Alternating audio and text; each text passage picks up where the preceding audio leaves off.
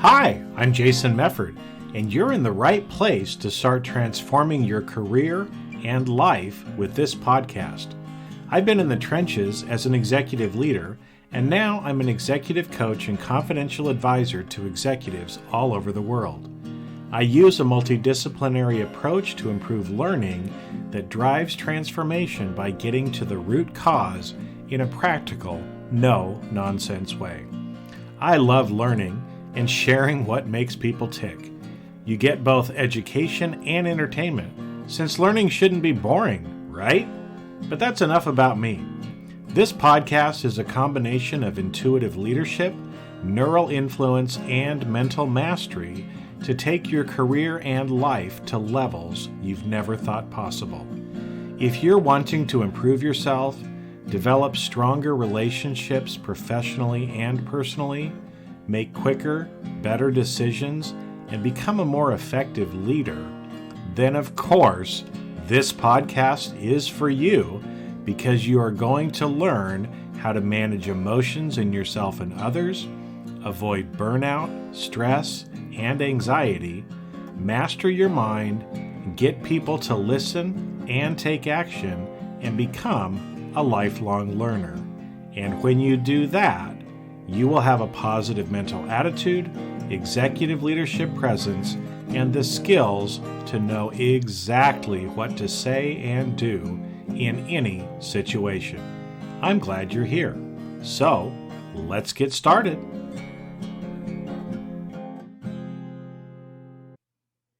Welcome to another episode of Jamming with Jason. Hey, in this episode, I am talking to my friend Zach Olinger, and we're talking about improving relationships. And so this was kind of one of those tables turned where actually Zach was interviewing me on his podcast, the Real Zach Olinger. But since we're talking about relationships, I figured this is great information that you probably would like to hear. So I'm playing that here on this episode so that you can learn how to improve your relationships. Awesome. Cool.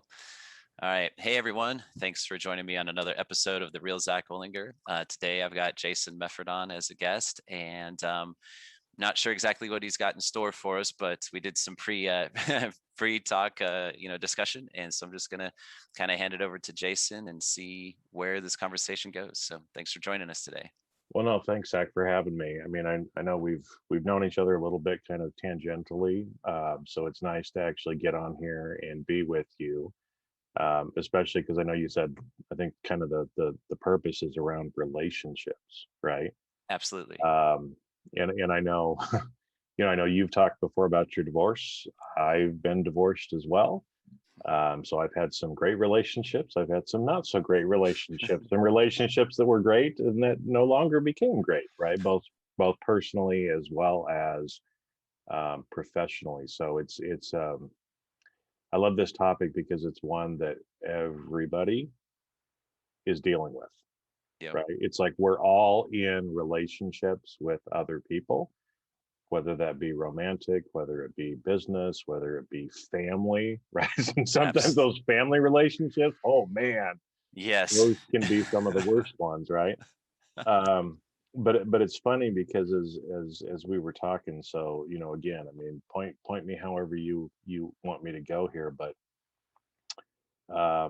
one thing as we were talking before is that I've learned about relationships is to focus on ourselves.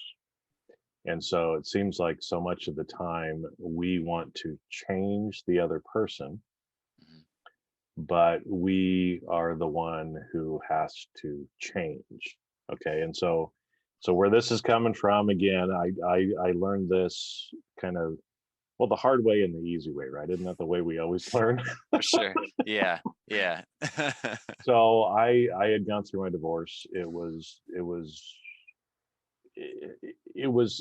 surreal and easy initially, and then it got really tough. Okay.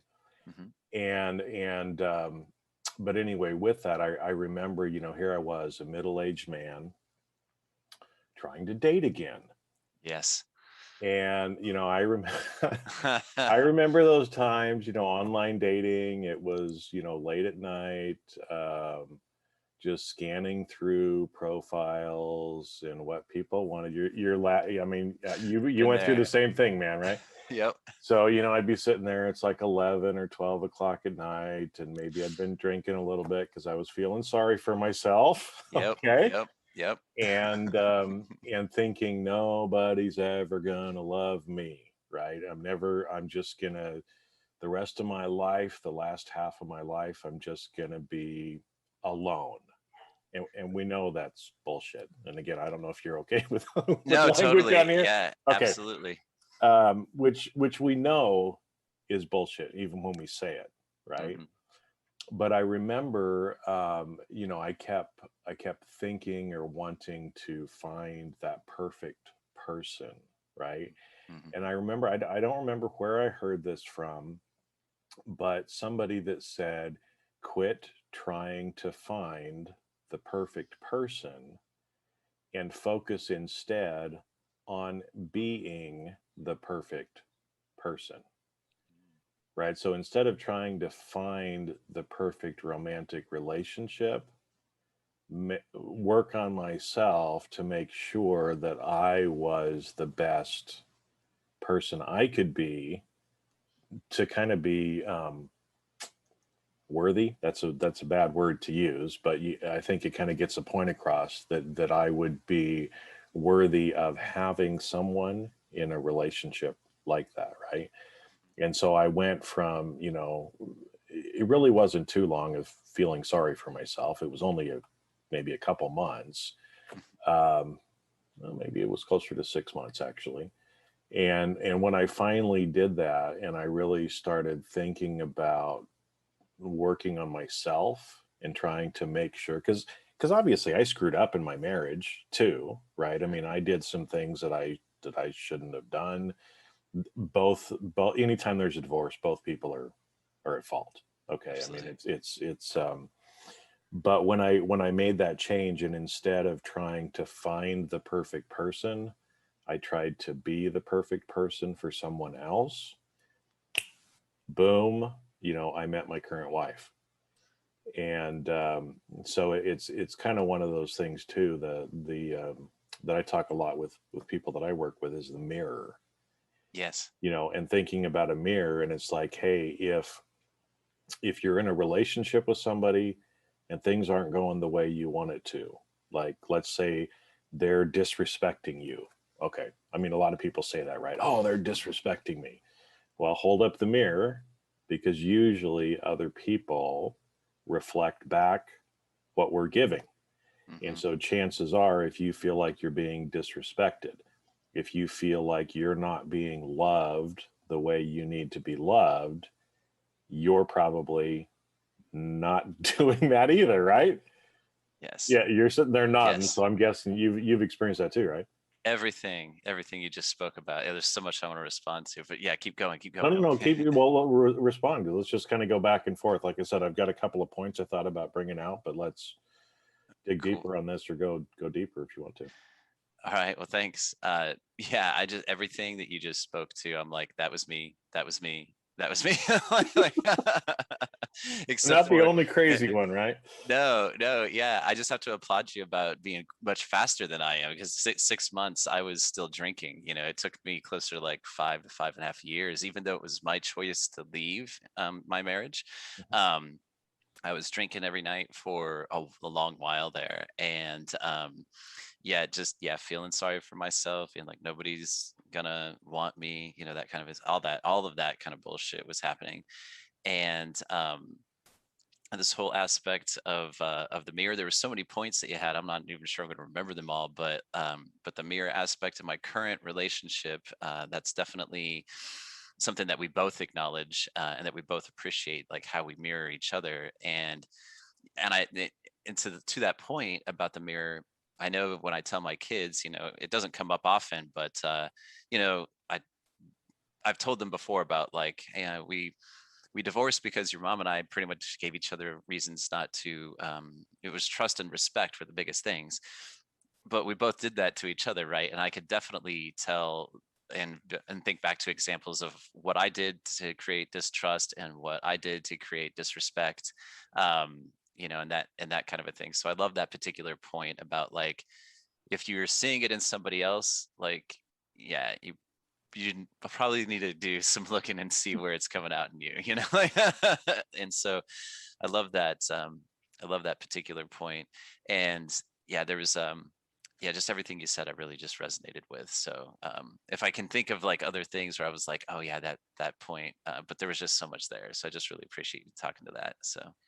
Well, because I think it comes back to, that mirror, like you said. I mean, sometimes it is things like trust and respect. I mean, those are things you have to have in a relationship, Mm-hmm. right? If you don't trust the other person, if you don't respect the other person, it's hard to stay in a relationship, right? And again, Yeah. I mean, sometimes things go so far that you really can't come back, right? Or like with my first marriage, it was really that we'd gotten to a point to where I wanted to go one way, she wanted to kind of stay the same way, and it just wasn't working, right? And the path that I felt like I needed to go down was not a path that she was going to go down. So, okay, no fault in that way, that I'm just different now. I need to go somewhere else. And I think that's something that's important for people to realize about relationships too, is that sometimes we outgrow certain relationships,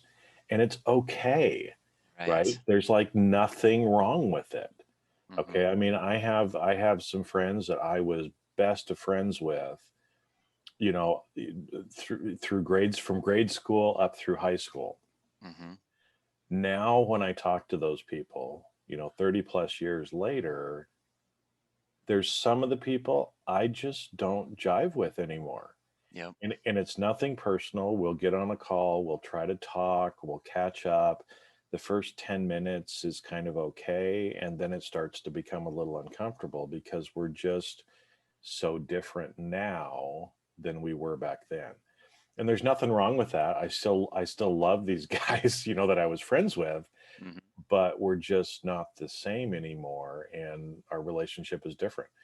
There's another set of friends from that same time frame I haven't talked to in, again, about 30 years.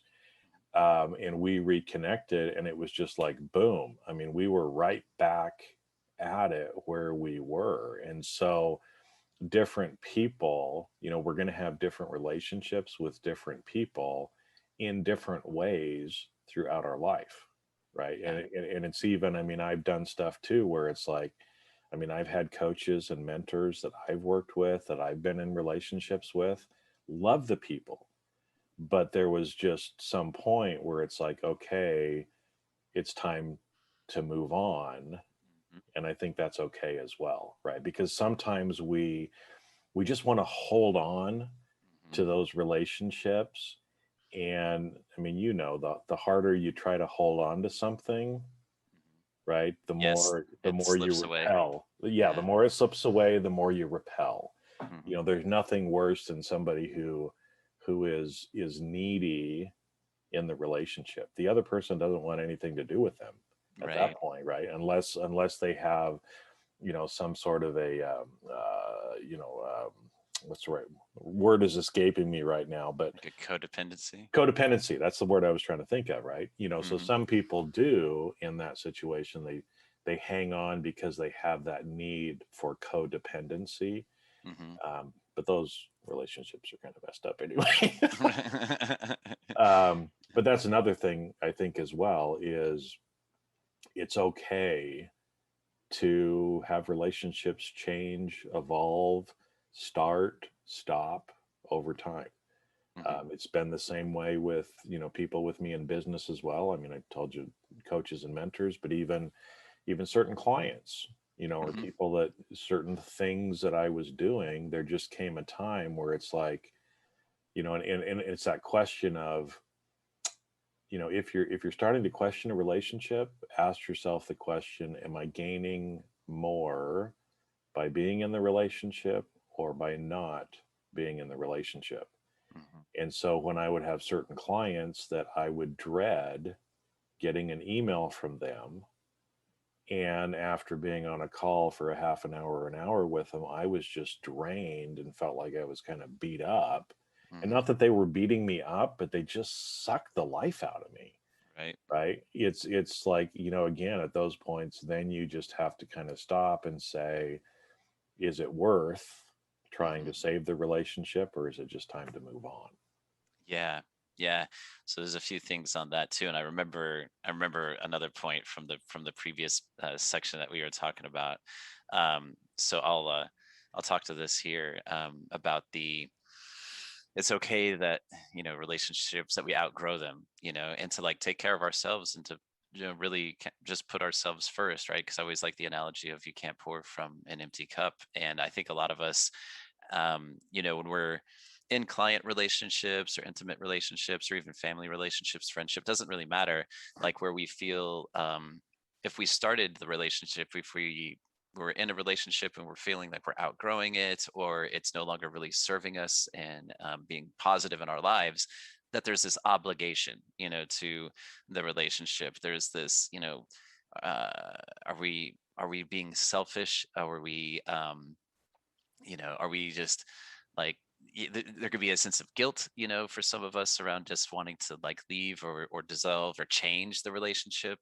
um, and I think it's important for us to, like you said, really really consider what is serving us, and that it's not selfish to take care of ourselves. Like that's definitely one of the things I learned the hard way through my divorce, especially being somebody who is used to taking care of other people and like, just wanting to, um, serve other people.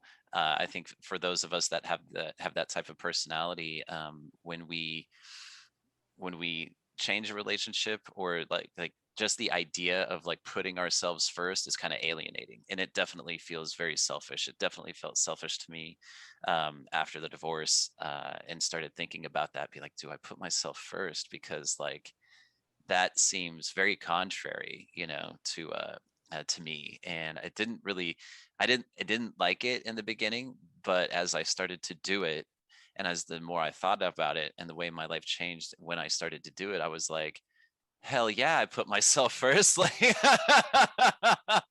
it's like, because if I don't, like, the only one like that is responsible for me is me. And I used to frame it like the only one that's going to take care of me is me. Like, ultimately, I can't look to my partner for that. I can't look to my parents or like any of my friends. Like they're not responsible for taking care of me, so like it's up to me to manage that. And that's not selfish, that's just being responsible, like that's taking self responsibility. It's taking your own authority back in a way, right? It's so there's definitely that piece. But it took a process and it took a lot of change to do that, which kind of segues into the point that I wanted to talk about that you were talking about before about, in relationships, that we do want to, there's a lot of times we want to change the other person or fit a square peg into a round hole and that kind of a thing. And we have expectations of how that person should be or whatever, how the relationship should be. But really it comes down to, us and taking care of ourselves in the sense of like learning about our own self. And that was something that I also had to really learn, from the divorce. And that's kind of what got me started down the whole self-reflection process, because through the questioning of like, nobody's going to want me, how do I knew what kind of relationship I wanted. And just like you spoke about, like, who do I need to be to, and I know you said the word worthy, and I would say attract, it's the same idea, right? There's a better Yeah, word, much better yeah, word. yeah, but depending on who you are and who's listening, they how it lands for you. But it's the same idea, Who do I need to be to bring that into my life? Like how do I need to show up for the partner that the way I want to be? Because I could see how I was in my marriage and how that didn't work. So it's like, okay, well, what do I need to do? What do I need to change? Who do I need to be to get a woman that's it I mean, not that my ex-wife was horrible, but definitely there was things that I would wanted different. So who do I need to be to attract that or to bring that into my life? And that took a long time for me to, there was a lot there for me to chip away at, because there was a lot about myself as it slowly came into my awareness, as I reflected back on these different areas of our relationship, where it was like, okay, so that's what started me down that path. But those are the kind of the pieces that I wanted to speak to. So I know I just kind of put a lot out there, and I was thinking, I was noticing you taking notes. I was like, I need to start doing that too. Well, I just like to write down a few words, because it always reminds me. For sure. It goes back into my whole idea of, I mean, I've been a teacher slash trainer for a long time too, and it's really writing a few notes actually literally helps you program it better in your brain to remember too. Right. But as you were talking there, because I think, like you said, most of us feel like we can't put ourselves first, or we're selfish if we put ourselves first. But that's a broken model that so many people are living with, and Mhm. that's why people are so unhappy, so often in relationships, is because they're not taking care of themselves, or maybe things have changed, right? Mhm. So again, my first marriage, I got married pretty young. I was 22, Mhm. right? So I was young. I was still believing and had a lot of ideas of what life meant based on the indoctrination of my parents and the community that I grew up in. And some of those things changed when I got into my 30s, right? Because I was a different person in my 30s than I was in my early 20s when I got married. And I know that was one thing that was hard for my ex-wife to understand or wrap her head around. Like, well, we made all these plans when we got married, and you promised to be with me our whole life. And now why are you changing your mind? It's like, it's okay for us to change our minds. Right. If the other person doesn't appreciate that, I mean, there's certain things that I do now that I don't do now that I didn't do when I was younger. Mhm. I've got different experiences. I'm a different person Mhm. than I was back then. And I mean, come on, gosh, would we really expect people to be exactly the same person as they were when they were 22 as Right. they are when they're 50? I mean, come on. We've had how many experiences of life that teach us and mold us as people as we're growing? Of course, I'm not going to be the same person at 50 that I was at 22, Mhm. right?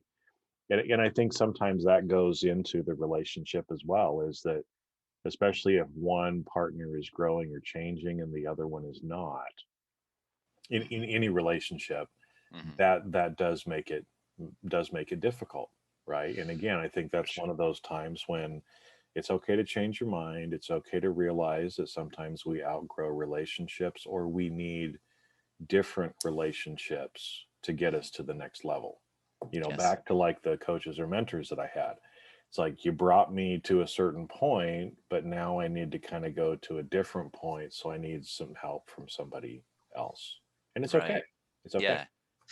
Yeah, I think that's a great way to look at it too. As you were speaking and speaking about being a teacher and things like that too, I remember I was talking to a friend yesterday, in fact, about relationships and her current relationships and where she's navigating and what she's navigating through. And um, I was like, I think it's okay to like look at relationships as just what do we need to experience and what do we need to learn from this person, like in that time, like not that some relationships can't be long lasting, but it really takes the two people or the people involved in the relationship to really kind of keep evolving and changing with the relationship. So some of these things can be lifelong things. Like you said, there's some friends that you knew back 30 years ago, you pick up and you're good, and that it's and then some you don't.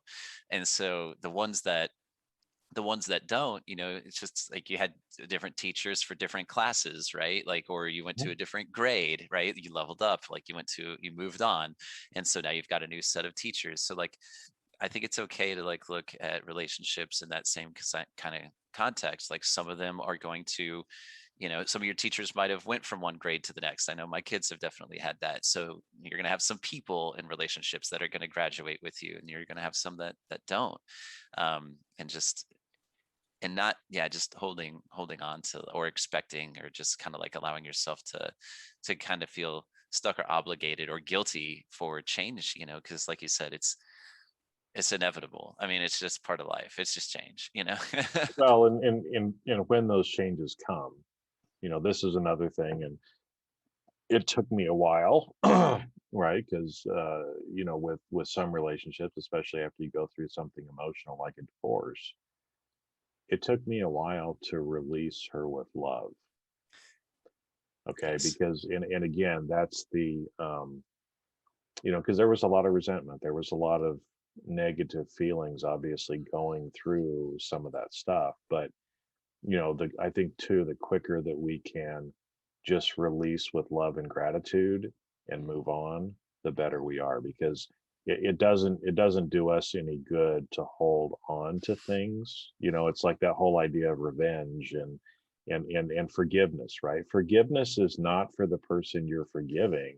Right. Forgiveness is for you, so you Mhm. can actually move on and get past whatever it is, right? Forgiveness is more for us than it is for the other person. But so much of the time we don't want to do that. We want to hold on to it. Yeah, that definitely resonates with me too. Because, like I said, it took me forever, like 5 years, and it was just. I look back on it, and I don't really beat myself up on it, but I'm like, that's 5 years of like seriously. So that was a long, long time. I remember when I realized that I had actually started to like let her go, because I would remember the anniversary of the divorce, and I just remember it was like 2019, and the date rolled by, and it was like a week or two later, and I'm like, oh shit, like I didn't even pay attention to that. I was like, that's a big deal. I was like, It's that's a big deal. huge. And but yeah, releasing her with love just happened so slowly and gradually for me, like, because yeah, I can just absolutely relate to holding on like with iron fists. I don't know, I'm going to date myself here, but the Never Ending Story, the movie, Hmm. I don't Hmm. have you seen Yeah. that, right? Oh yeah. Yeah. Yeah. So you've got the rock giant guy, right? He's just like, I love the scene because he's just like, big, strong hands. And I'm like, that's exactly how I held on. It was just like as hard as I could, even though it was my choice to leave. And it just kind of like bewildered me in a way. Like, I was like, I wanted to leave because the same thing where it's just kind of like you said with like your first wife, where is like I was changing. And I remember this conversation that I had with my ex-wife where I was like, look, like I've learned that, like, I see now that like you're gonna need to be you. I said, but I can't be that. I can't do that with you. I can't be here with you as you're being you. Like it's not gonna work for us. But even though I had that intellectual realization and I said those things and it was my choice to leave, yeah, I still held on to the memories and like all of the past, because it wasn't all bad.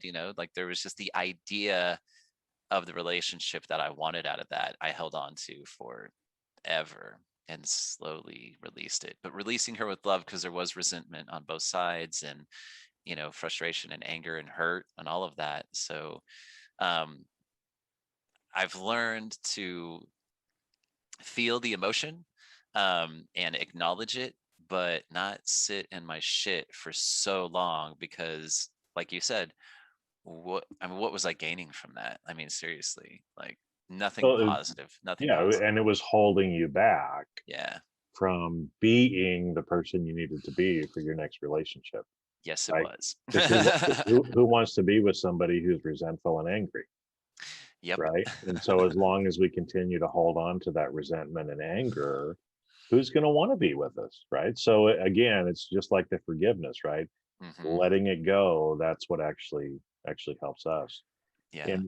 And I know too, I mean, I wanted to kind of share too a little bit about, because obviously I've learned a bunch. I've had a great relationship now. I think we've been together for 8, 9 years now. Hmm. Is some of the things that I'm doing as well, right? Because I think, like we talked about the mirror, I'm trying to Hmm. be more aware of anytime something happens, okay, look in the mirror. Am I partly to blame for this? The idea of thinking about different stories, right? So sometimes I will knee jerk react back to, oh, when my current wife says something, it triggers me a little bit because when my first wife used to say that, it meant this. Well, Yep. is that what she actually means? Most of the time it's not, right? And so the more aware that I am about that, the better. But kind of too with that mirror is that the book, The Five Love Languages, I think is great too, because so much of the time, if we don't feel like we're necessarily being loved the way we want to be loved, are we showing to the other person what they want, right? So again, it's like if somebody's love language is gifts and they're buying people gifts all the time to try to show them that they love them, but the other person could care less about gifts, Right. it's work that doesn't need to be done. Instead, if it's touch or if it's words, then even if you might have the love language of gifts, give your partner, give the person in relationship that you're with the words or the touch, let's say, if it's that. And the other thing too is just the gratitude. It's like I actually go out of my way to remind myself many times during the day to tell her that I love her and to express my gratitude for what happens, because I think the more that we can feel that gratitude, the more that we express the gratitude, um, the better any relationship actually is. And so even when you switch to a business standpoint, because this is what I try to teach people that I help with leadership, is tell your people you appreciate them, Yep. show the gratitude. And so much of the time people are like, well, that's what I pay them for. That's their job. They don't need, I'll tell them if they're screwing up, but I'm not going to tell them they're doing a good job. Well, okay, don't tell them they're doing a good job and they're going to leave. They're going to quit, right? Because most people, again, we want to hear that and get those words of affirmation that what we're doing is actually the right thing. And so it's, express the gratitude. If it's a romantic relationship, say I love you. Yeah, another little trick that I learned is hopefully my wife doesn't listen to this one, so she doesn't know my trick. But I read at one point that actually touching someone 19 times a day, so that there's actually and it's not like giving her a big hug and kiss every day sort of thing, but there will be little times during the day that I will intentionally just go over and put my hand on her shoulder for just a second and then go on with what we're doing, right? That actually too, especially in a romantic relationship, even simple physical touch like that goes a long way for people realizing and feeling the love that we have for them as well. Yeah. Yeah, there's a few things to that kind of comes up for me. So, like, to speak to the physical touch and just being intentional about it, to me, that just speaks to some people might be like, well, that's intentional, and like, is it where's that, like, it may seem not authentic, but it is intentional, and it's just to me it's showing an intention to be present, even if it's just briefly. You're showing your presence, like, so that I think the feminine responds to, even if it's brief. She's aware, even on a subconscious level, that you're choosing to be present. Like, I'm here with you, I see you, like, I'm choosing to be with you, even if it's just for like a couple of seconds, like, and it's just that reminder. Even so, 19 times, you spread it out over the day, and it's a good, constant, steady reminder that I'm present, and that, I think, is a great thing for a masculine to do for the feminine, because I think just that piece is something that they really respond to. So that's one thing I wanted to talk to. Yeah. It's not like I'm carrying around a 3x5 card. No, totally, exactly. Yeah. I'm not counting. Yeah. And to any of the people that might be sitting there thinking, well, if it's intentional, it's not really authentic. Well, isn't the fact that you're intentional about it, doesn't that actually make it authentic? That's what I was saying too. Yeah, exactly. Yeah, Yeah. because I wanted to speak to that because I just try to anticipate anybody's kind of a counter when they're like, well, I don't know how I feel about it. Well, think of it like this, like, yeah. So like, I like to put that out there for sure. And then when to tie into the leadership part about like showing gratitude and things like that, be like, well, it's their job and all that kind of thing. And well, there's the saying that says, people don't leave bad jobs, they leave bad management or bad leadership. And it's kind of like the same could be true in a relationship, right? You're not showing the gratitude, you're not showing the love, like you're not really being a good leader within the relationship. I mean, I think that's a good metaphor to kind of tie in for some people to kind of look at it that way. Not that you want to treat it like a business relationship, it's not transactional, but it's the same. The principle is the same, like you got showing the gratitude. Yeah, so I really enjoyed that totally. Yeah. Yeah. So I'm curious, I guess, too, like what's been some of the like best resources for you as far as like your own development of like gaining like a self-awareness that's kind of helped you like with your relationships, to become the person you wanted to be or needed to be to attract in what you have now and what you wanted. Yeah, so I mean, we made reference to that, the Five Love Languages book. I mean, that is one that I think anybody who's serious should take a look at. I mean, for me, again, it's I'm always learning and growing and developing. I mean, I take lots of training myself. I read a lot. I listen to podcasts, do other things, and what I just try to do is anytime that I hear something that really resonates with me, I try to write it.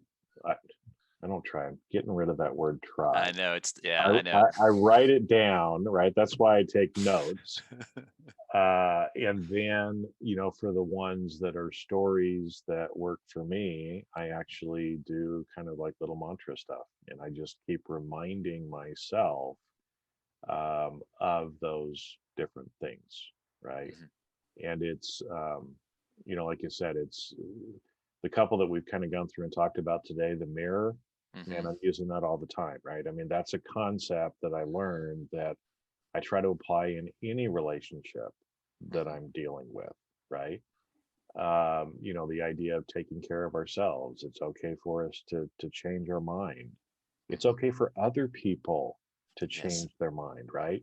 Because again, it's like, I loved what you said too, that is one of those things that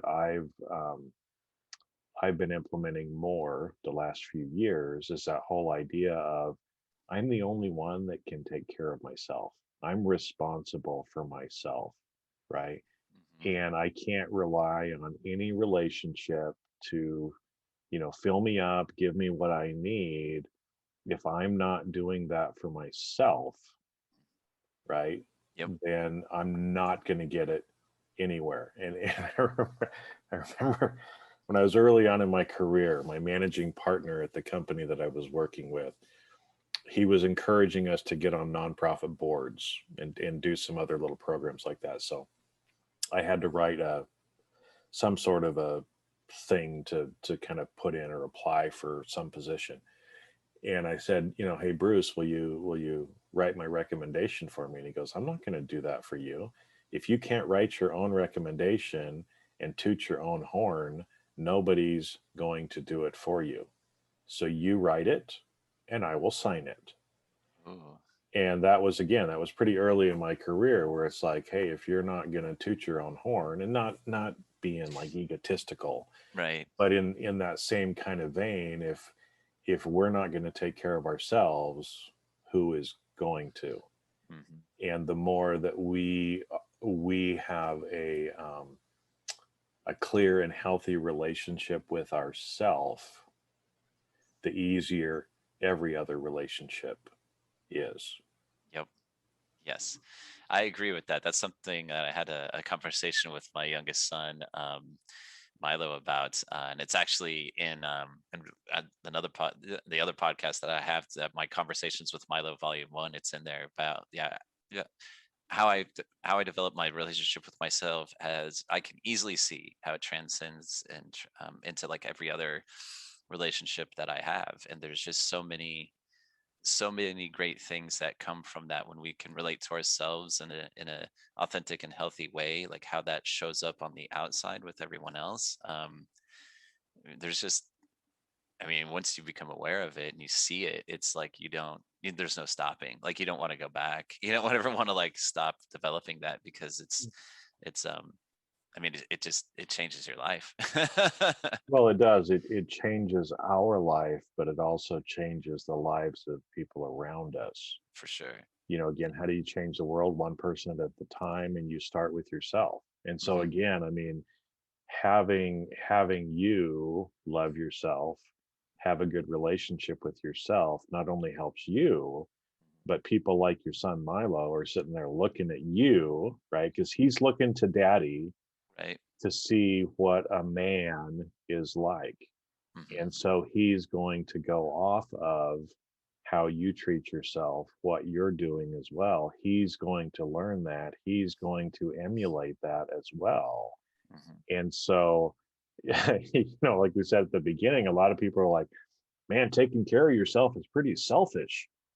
Well, not taking care of yourself is pretty selfish because you hold that back from Right. everyone else around you, right? Because we can only show up as the best us if we've taken care of ourselves, and then we can give, we can share, we can model, to other people what life can be like.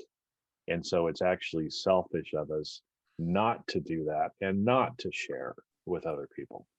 Yeah, no, I really appreciate you bringing that up, because that's definitely been one of the things that's been an inspiring factor, like in my life, are my children, because I have two boys, and they're right at the teenage years, at the beginning of the teenage years, and setting the stage for them on how to like just show up, because relationships like are going to start to be a thing for them, like the opposite sex, and like or just relationships of an intimate nature are going to be more coming into their awareness, and they're taking on their interest and that kind of a thing. And it's always been a big like thing for me to like give back to the feminine, or back to women, because women have been such a huge played such a huge role in my life. Like men have been present, but they haven't shaped me like the way that women have shaped me. They haven't been like the support that I have had, as much as like women have, the way that women have shown up for me, and like been my teachers really. So I wanted to give back to that. So setting the stage for them on, yeah, relating to themselves in a healthy way, and then taking the lessons that I learned from being with their mom, and like, here's here's a better way to go about like showing up in an intimate relationship, and how can I model that in the best way possible, right? So like that's definitely been an inspiration. So the giving back piece, and like not holding that back, yeah, that's a great, I just really really appreciate that point, because yeah, that resonates with me too. Yeah. Yeah, because like, yeah, I don't know what else to say on that, but yeah, it's actually selfish for us not to take care of ourselves, Hmm. because Yeah. then we can't be the best for everyone else around us if we don't have that. Yeah, I agree. Awesome. Well, thanks, Jason. I really appreciate the talk. Is there? I want to give you the opportunity to like let our listeners know what else you're doing, and like where else they can find you, and that type of thing. So if you want to speak to that, please do. Yeah. Yeah, so probably the easiest way to find me is on my personal website, jasonmefford.com. You can usually find links to pretty much everything else I do over there. As well, I do a couple of podcasts myself, and those are on the website as well. So if you're interested, if you want to listen to more podcasts, I put out 2 or 3 a week through the couple that I do. But yeah, there's a lot of information on my website. There's a whole blog section, and links to pretty much everything else I do. And if you forget the easy jasonmefford.com, just type my name into Google, and I'll be 8 of the top 10. You'll be able to find me very easily. So. Fantastic. Awesome. Well, thank you, Jason. I truly appreciate your time, and you being on the show with me. So thank you Well, very no, much. You're welcome, Zach. I appreciate you actually wanting to have me on. So this was a lot of fun. Awesome. Well, all right. Well, thanks, man.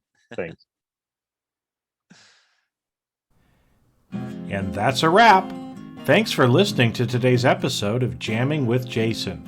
Keep on rocking in the audit world, and if you enjoyed this episode, please share with your friends and leave us a review on your favorite podcast platform. Connect with me on LinkedIn and let me know what you enjoyed the most about the podcast, and you may even be featured on a future episode. When you're ready to turbocharge your leadership development, join the Briefing Leadership Program, where you get access to everything in one place and can interact directly with me in the group.